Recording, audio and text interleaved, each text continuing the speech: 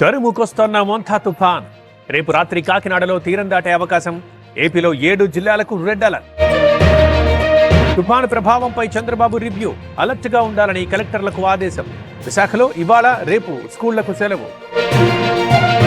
Cyclone warning తో తీరంలోని అన్ని బీచ్ల మూసివేత. కలెక్టరేట్లో కంట్రోల్ రూమ్ ఏర్పాటు. తీరానికి వెళ్తే చర్యలుంటాయని హెచ్చరిక. గుంటూరు జిల్లాలోనూ స్కూళ్లకు సెలవులు. 3 రోజులు హాలిడేస్ ప్రకటించిన కలెక్టర్. ప్రజలు అలర్ట్ గా ఉండాలని హెచ్చరికలు. తెలంగాణలో 4 జిల్లాలకు రెడ్ అలర్ట్. 16 జిల్లాలకు ఎల్లో అలర్ట్. భారీ నుంచి అతి భారీ వర్షాలు కురిసే ఛాన్స్. బాపట్ల జిల్లాకి తుఫాను ముప్పు ఉంది. ప్రజలు అప్రమత్తంగా ఉండాలన్న కలెక్టర్. మత్స్యకారులు వేటకు వెళ్లొద్దంటూ సూచన. మంత్రుల పంచాయతీ ముగిసిన అధ్యాయం. కులాల గురించి సుస్మిత వ్యాఖ్యలు సరికాదు.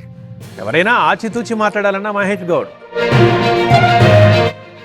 జూబ్లీ హిల్స్ ఉప ఎన్నిక ప్రచారానికి సీఎం క్యాంపెయిన్ షెడ్యూల్ ఖరారు. 2 విడతలుగా రేవంత్ రెడ్డి ప్రచారం. పాత లెక్కతో స్థానిక ఎన్నికలకు ఒప్పుకోం. 42% బీసీ రిజర్వేషన్లతోనే నిర్వహించాలి. అవసరమైతే సుప్రీంకు వెళ్తామన్న ఆర్ కృష్ణయ్య. శ్రీశైల ఆలయానికి పోటెత్తిన భక్తులు.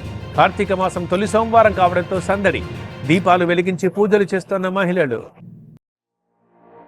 తిరుమలలో కొనసాగుతున్న భక్తుల రద్దీ. శ్రీవారి సర్వదర్శనానికి 12 గంటల సమయం. 8 కంపార్ట్మెంట్లలో వేచి ఉన్న భక్తులు. అల్లూరి జీ మాడుగులలో అగ్ని ప్రమాదం. యూనియన్ బ్యాంక్ లో షార్ట్ సర్క్యూట్ తో మంటలు. అదుపు చేసిన స్థానికులు. కువ్వూరులో భారీగా గంజాయి పట్టివేత. 8 లక్షల విలువైన 172 కిలోల గంజాయి సీజ్.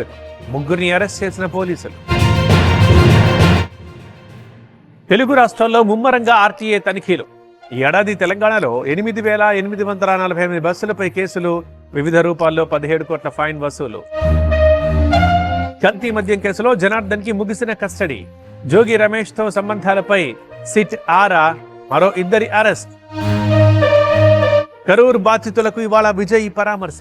చెన్నై మహాబలిపురంలో సమావేశం. పరిహారం చెక్కులు అందించనున్న టీవీకే చీఫ్. తమిళనాడులో భారీ వర్షాలు. చెన్నై తిరుపతి హైవేపై భారీగా వరద. ఎక్కడికక్కడ నిలిచిపోయిన వాహనాలు. కరేబియన్ దీవుల్లో తుఫాను హెచ్చరికలు. తీర ప్రాంత ప్రజల్ని శిబిరాలకు తరలింపు. స్తంభించిన రవాణా. ఎయిర్పోర్ట్లు క్లోజ్.